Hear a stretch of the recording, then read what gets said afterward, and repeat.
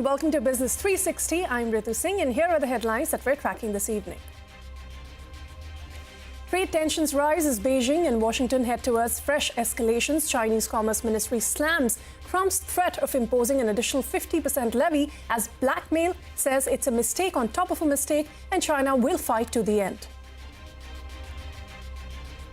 Stocks in Japan rebound 6%, leading a recovery across Asian markets. European markets also gain after the recent sell-off due to tariff tensions.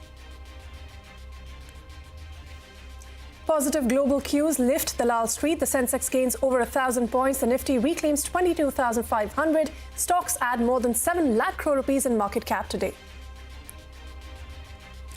The RBI Monetary Policy Committee is expected to cut the repo rate by 25 basis points tomorrow. The street expects RBI to strike a dovish tone as tariffs could be treated as an additional headwind for financial markets. The government's decision to hike LPG cylinder prices by 50 rupees will add 9,000 crores to oil marketing companies' kitty in FY26, compensate them to an extent for the 41,338 crore rupee losses that they suffered on account of LPG subsidies in FY25. Sources say OMCs will seek a cabinet nod for further 32,000 crores. India will limit market access to Chinese EV maker BYD. Commerce Minister Piyush Goyal says India will need to be cautious about strategic investments and needs confidence that BYD will play by the rules. This comes at a time when Elon Musk's Tesla is actively looking to enter India. OLA Electric includes yet-to-be-launched vehicles in its February sale numbers. Road Transport Ministry has already sent 3 letters to OLA over discrepancies. OLA claims the sales numbers are based on paid and confirmed orders and not preliminary bookings. SpiceJet shares are down 20% this year amid concerns over its revival. The airline curtails its summer schedule as fleet shrinks. SpiceJet says it will ramp up the flight schedule as more planes join the fleet. For the first time in independent India, the Supreme Court prescribes a 1-month time limit for governors to act on bills passed by state legislatures, slams the Tamil Nadu governor for his reservations on 10 bills, calling it illegal and erroneous. The top court invokes its powers to declare the 10 pending bills effectively approved. United States and Iran will hold talks in Oman this Saturday over a possible nuclear deal. President Trump makes the announcement in a meeting after meeting Israel's Prime Minister Benjamin Netanyahu at the White House. Well, debt-ridden SpiceJet stock has been under pressure in trade, falling over 20% to date. Now, the airline's fleet has shrunk, curtailing its summer schedule. SpiceJet has raised 3,000 crore rupees last year, and that sparked hopes of a revival. But where do things really stand now? Madiha Mujawar is here with more details on this. Madiha, SpiceJet continuing to struggle. What does the future hold? Well, SpiceJet was trading above 60 rupees a share in October after the airline raised 3,000 crores via QIP. Since then, the stock is down over 30%. The revival seems to be taking time, with SpiceJet still struggling to ramp up its capacity. The airline cut down 57 flights in its summer schedule, as you were mentioning, as compared to what it had in the winter schedule. And the weekly schedule is down by 417 flights as against last summer. The airline's market share remained at 3.2% in February, obviously due to the constrained capacity. Now, SpiceJet has told CNBC TV18 it has 24 planes in service, although when we checked live plane tracking site planespotter.com, it shows 22 operational planes. Now, in January, the airline had said it has 28 planes in service and it plans to unground 10 planes by mid-April. But instead of an increase, the fleet has in fact sharply decreased. SpiceJet says it has ungrounded 3 planes so far and it had to return 5 planes that it had taken on wet lease at a high cost. The airline says that revival of other grounded planes is taking time due to global supply chain constraints. So, shortage of aircraft explains why it had to curtail the summer schedule. Now, the question raised here, has the 3,000 crore QIP really helped SpiceJet? Well, it has largely helped the airline clear the long pending payments and dues, including statutory payments, settling creditor liabilities, employee dues and airport-related payments. According to the airline, it has used nearly 2,400 crores of the 3,000 crore fundraise, of which 1,500 crores were used to settle dues. So now what next? Is the airline headed for a smooth journey or turbulence? Sharing its plans to revive the grounded fleet, SpiceJet said it has sent MAX engines to US MRO Standard Aero Inc. for maintenance and repair, after which it expects several MAX planes to join the fleet. It said it is working with other OEMs and MRO partners to facilitate the restoration of more planes. So let's see what happens next. Well, interesting development there. We'll keep a close eye on it. Madiha, thanks very much for bringing us that story. Now, the other big story we're focusing on this evening, trade tensions rise as Beijing and Washington head towards fresh escalation. Now, China has vowed to retaliate against US President Donald Trump's threat of escalating tariffs. The country's Commerce Ministry has said it will take countermeasures to safeguard its own rights and interests. The pushback from Beijing came after Trump said he would impose an additional 50% duty on US imports from China. The US leader said that the duties will come into effect if Beijing does not withdraw the 34% tariff it imposed on American products last week. The Chinese Commerce Ministry has called Trump's threat blackmail and said that the move will be a mistake on top of a mistake. The European Union, meanwhile, has signalled at offering a 0-for-0 tariff deal with the United States. Trade ministers met in Brussels to discuss the bloc's response to US tariffs on steel and aluminium. Now, some of the ministers told reporters that they agreed to launching talks to avoid an all-out trade war and that this was their main priority. Here's a comprehensive report on the economy's response to Trump's tariffs. US President Donald Trump has given China 1 day to end the 34% retaliatory tariffs it imposed on US products last week, or he'd slap an extra 50% duty on imports from China. It's an escalation in a trade war that has sent global markets into a downward spiral and stoked fears a recession is around the corner. Trump gave his ultimatum to China at the White House on Monday. If that tariff isn't removed by tomorrow at 12 o'clock, we're putting a 50% tariff on above the tariffs that we put on. So they've gone for years. They've become a rich country because of people, again, that were in the White House that allowed this to happen. Hundreds of billions of dollars a year they'd make on us on trade, and it shouldn't be that way. We were having a discussion last night about which countries to prioritize. And I think you are going to see some very large countries with large trade deficits come forward very quickly. I think we can, if they come to the table with solid proposals, I think we can end up with some good deals. Trump's long-promised round of global retaliatory tariffs were announced last week, with some rates as high as 50%. He has said they will help the US recapture an industrial base that has withered over decades of trade liberalization. On Monday, administration officials said dozens of countries had reached out to Washington in hopes of heading off the tariffs before they take effect Wednesday. However, Trump said he has no plans to suspend tariffs during negotiations. Would you be open to a pause in tariffs to allow for negotiations? Well, we're not looking at that. We have many countries that are coming to negotiate deals with us, and they're going to be fair deals. Beijing has responded with anger to Trump's latest threat. The Chinese Commerce Ministry said Tuesday China will never accept the blackmail nature of the United States and said US threats were a mistake on top of a mistake. Trump said Monday his administration would open trade talks with Japan, one of Washington's closest allies in Asia. Meanwhile, the EU has proposed counter-tariffs of 25% on a list of US goods over Trump's earlier steel and aluminium tariffs, according to a document seen by Reuters. EU Trade Chief Maroš Šefčovič said Monday they're ready to negotiate a 0-for-0 deal with the Trump administration. While the EU remains open to and strongly prefers negotiations, we will not wait endlessly. The 27-member EU bloc is struggling with tariffs already in place on autos and metals. It also faces a 20% tariff on other products on Wednesday. And Trump has threatened to slap tariffs on alcoholic drinks from the EU. Investors and political leaders are still trying to figure out if Trump's tariffs are permanent or a pressure tactic to win concessions from other countries.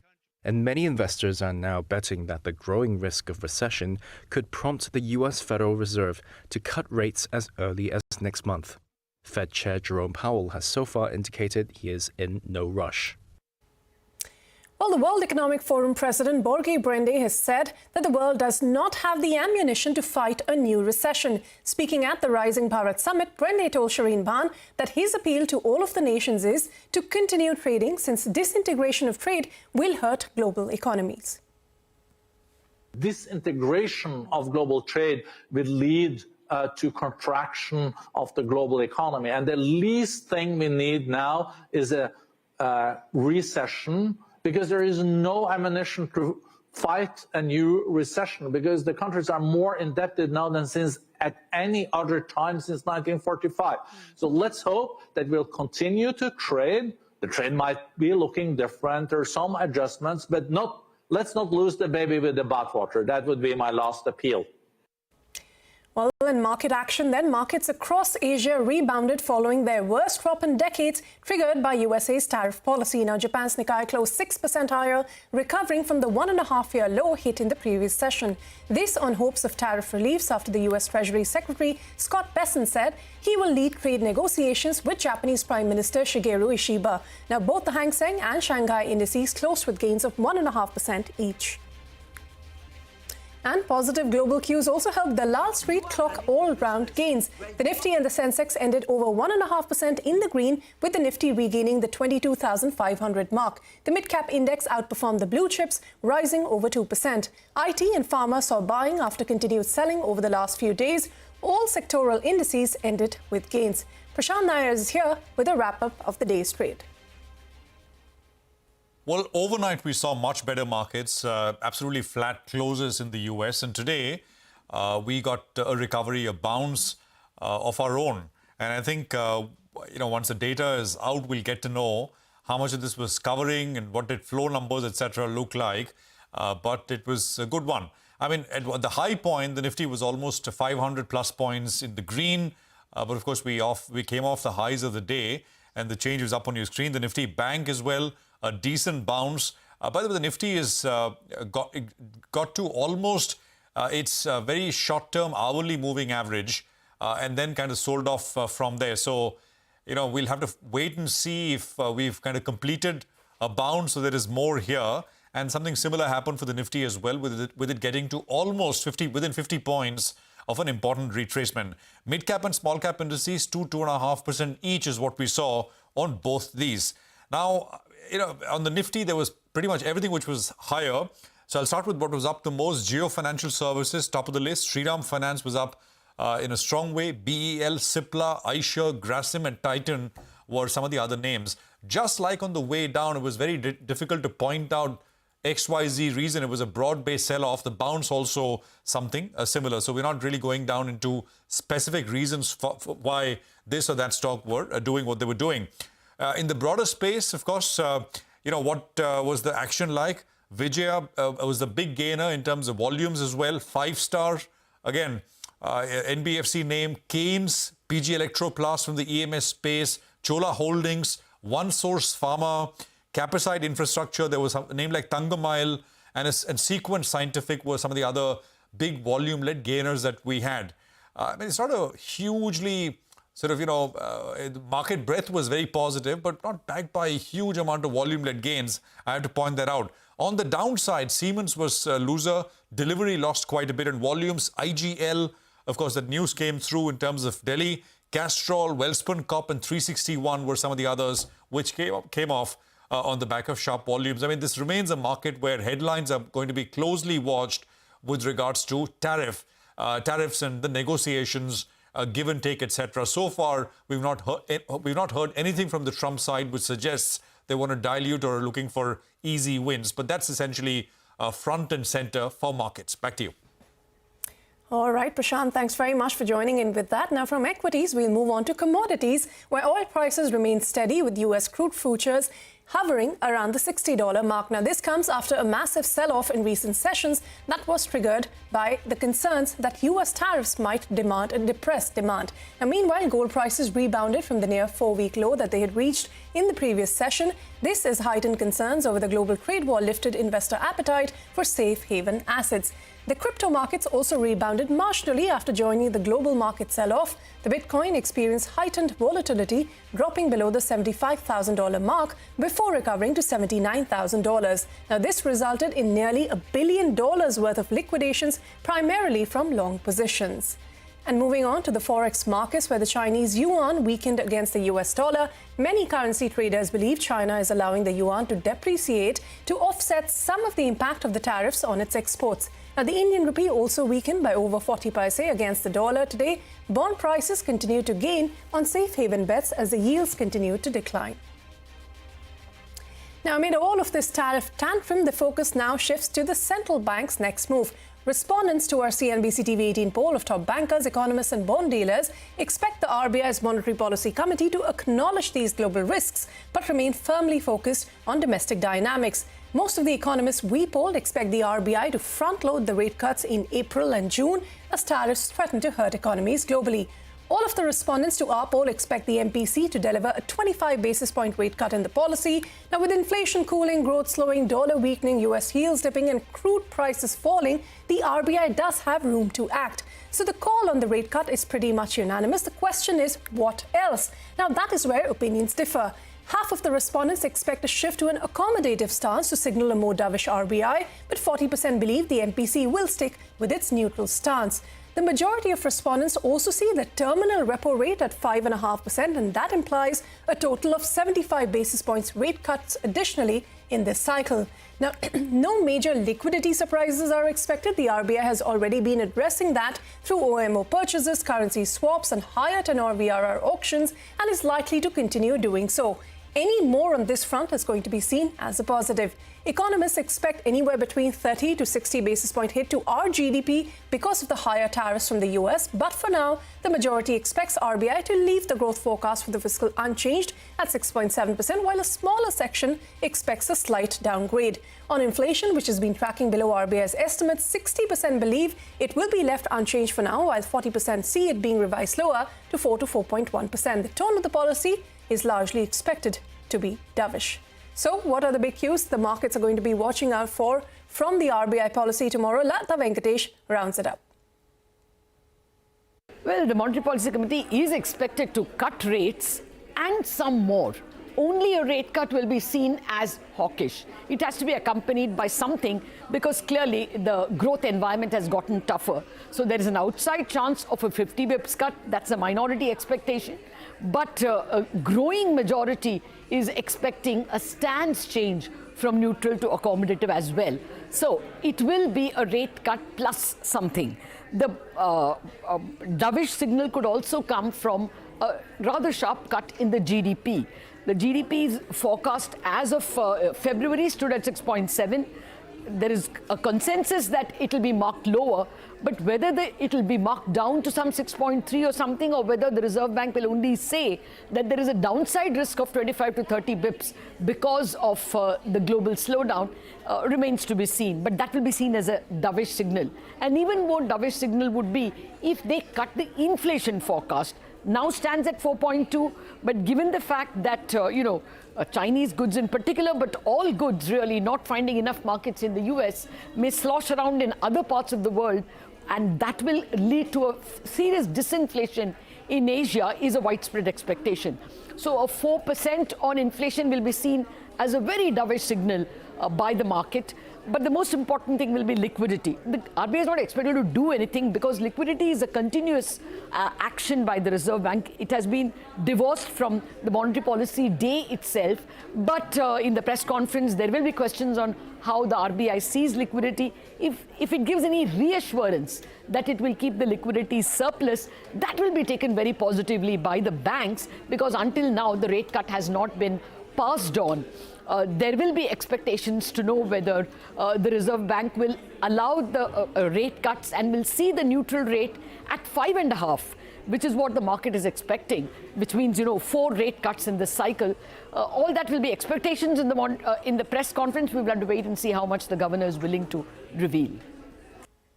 Oh yes, Lata, and we'll watch out for that tomorrow. Thanks very much for joining in with that. Now, oil marketing companies could see a 9,000 crore rupee mop-up in the current fiscal year on the back of 50 rupees hike in cylinder prices. Now, this may help plug a fraction of the over 41,000 crore rupee loss that the OMCs incurred in FY25 because of LPG subsidies. Now, sources have told CNBC TV18 that the Oil Ministry will seek a cabinet approval for 32,000 crore rupees as compensation to oil marketing companies on the losses that they incurred in the previous financial year. Sapna Das has picked up more on this and joins in with the latest. Sapna, take us through what your sources are telling you. Well, we're given to understand from sources around 9,000 odd crores will be could be mopped up by the OMCs via this 50 rupees price hike on LPG cylinders in FY26. To an extent, this 9,000 crores will help them plug the ongoing LPG losses in the current financial year also. Some time back we had been indicated that had things remained as they were, then the OMCs could have faced another 41,000 crores worth of LPG losses in FY26, which will not be the case now. This 9,000 crores will help them to plug those losses to an extent. The second aspect is that, because the Finance Ministry is not in favor of any direct fiscal support to the oil marketing companies, hence the government has taken this decision to raise the excise duty by 2 rupees each on petrol and diesel. The funds that will be mopped up via that hike, and that's estimated to be around 32,000 crores during the financial year. To an extent, that money will be given to OMCs to help them compensate for the LPG losses of over 41,000 crores that they have already footed in the financial year gone by. Of course, the Petroleum Ministry down the line will seek the cabinets not to make this happen. Last but not the least, everyone is keen, all stakeholders are keen that crude should remain around this benevolent range of around $61 to $65 odd, because that will help improve the margins of OMCs. That will help them bear this 2 rupees hike on excise duties, and down the line that could also give some headroom in terms of a possible price cut on petrol and diesel prices. Sapna, thanks very much for bringing us that story, but we had to take a short break on that note. Up next, India will limit market access to Chinese EV maker BYD, says Commerce Minister Piyush Goyal. Says India needs to be cautious about strategic investments and needs confidence that BYD will play by the rules. That and more on the other side of this short break.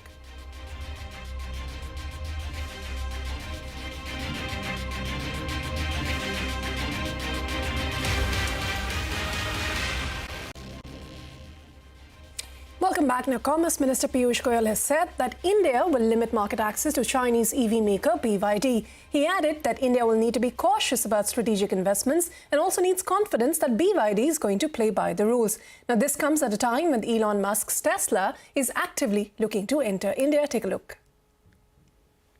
Well, we need to be convinced that they will work by the rules of the game, and several unfair practices which are gradually coming to light as more and more companies come to us with what's happening, the kind of dumping that's happening in steel, for example. I mean, as these practices come to light, we have to be cautious in whom we allow to invest in the country. We have to be cautious about our strategic interests, our security interests. So it's a mix of many issues before we are able to take that decision. In more news, OLA Electric has told the Ministry of Road Transport and Highways that its February sales numbers included yet-to-be-launched vehicles as well as bookings. Now, CNBC TV18 has seen a copy of the correspondence between OLA Electric and the Road Ministry, which indicated that OLA Electric's February sales numbers included 12,000 bookings for the OLA S1 third-generation scooter and the yet-to-be-launched roadster bikes. Remember, the government had sent 3 notices to OLA Electric over discrepancies in their sales numbers before. And staying with the auto space then, the Delhi government has floated a draft of its electric vehicle policy. The current policy will be extended by 15 days after it expired on the 31st of March. Now, the policy proposes replacing the CNG-powered auto rickshaws with electric alternatives. It also recommended that no diesel, petrol or CNG three-wheeler registrations will be allowed from the 15th of August. Two-wheelers that are running on petrol, diesel and CNG will also not be allowed from the same date. Households that intend to purchase a third car will also be required to opt for an electric vehicle. Now, the government also plans to transition garbage collection vehicles to 100% electric fleet by the end of 2027. In international news that we're tracking for you today, Israeli forces have continued to bombard Gaza, killing at least 19 Palestinians since its pre-dawn attacks. U.S. President Donald Trump and Israeli Prime Minister Benjamin Netanyahu met at the White House. The two leaders discussed countries that would be amenable to taking Palestinians forcibly displaced from Gaza. Now, the Gaza government's media office has also issued a statement urging global support for Palestinian journalists. Now, this comes after Israel's deadly strike on a media tent early yesterday morning. The United States and Iran will hold talks in Oman this Saturday over a possible nuclear deal. President Trump made the announcement after meeting Israel's Prime Minister at the White House earlier. We're having direct talks with Iran, and they've started. It'll go on Saturday. We have a very big meeting, and we'll see what can happen. And I think everybody agrees that doing a deal would be preferable to doing the obvious. And the obvious is not something that I want to be involved with, or frankly, that Israel wants to be involved with if they can avoid it. So we're going to see if we can avoid it. But it's getting to be very dangerous territory. Well, for the first time in independent India, the Supreme Court has prescribed a one-month time limit for governors to act on bills that have been passed by state legislatures. The apex court has slammed the Tamil Nadu governor for his reservations on 10 bills, calling it illegal and erroneous. Ashmit Kumar decodes the significance of this court order.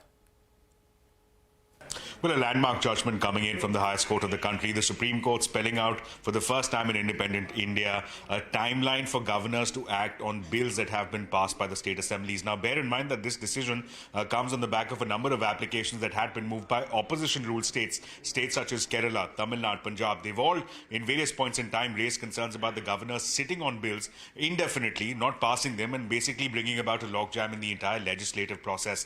Now, through various points in time, the Supreme Court has expressed its displeasure, has frowned upon this practice by governors, but this is the first time that a strongly worded order has been passed, which for the very first time imposes timelines. So what are the timelines? Well, for the governor to give an assent, the governor has been granted with a time window of just 1 month.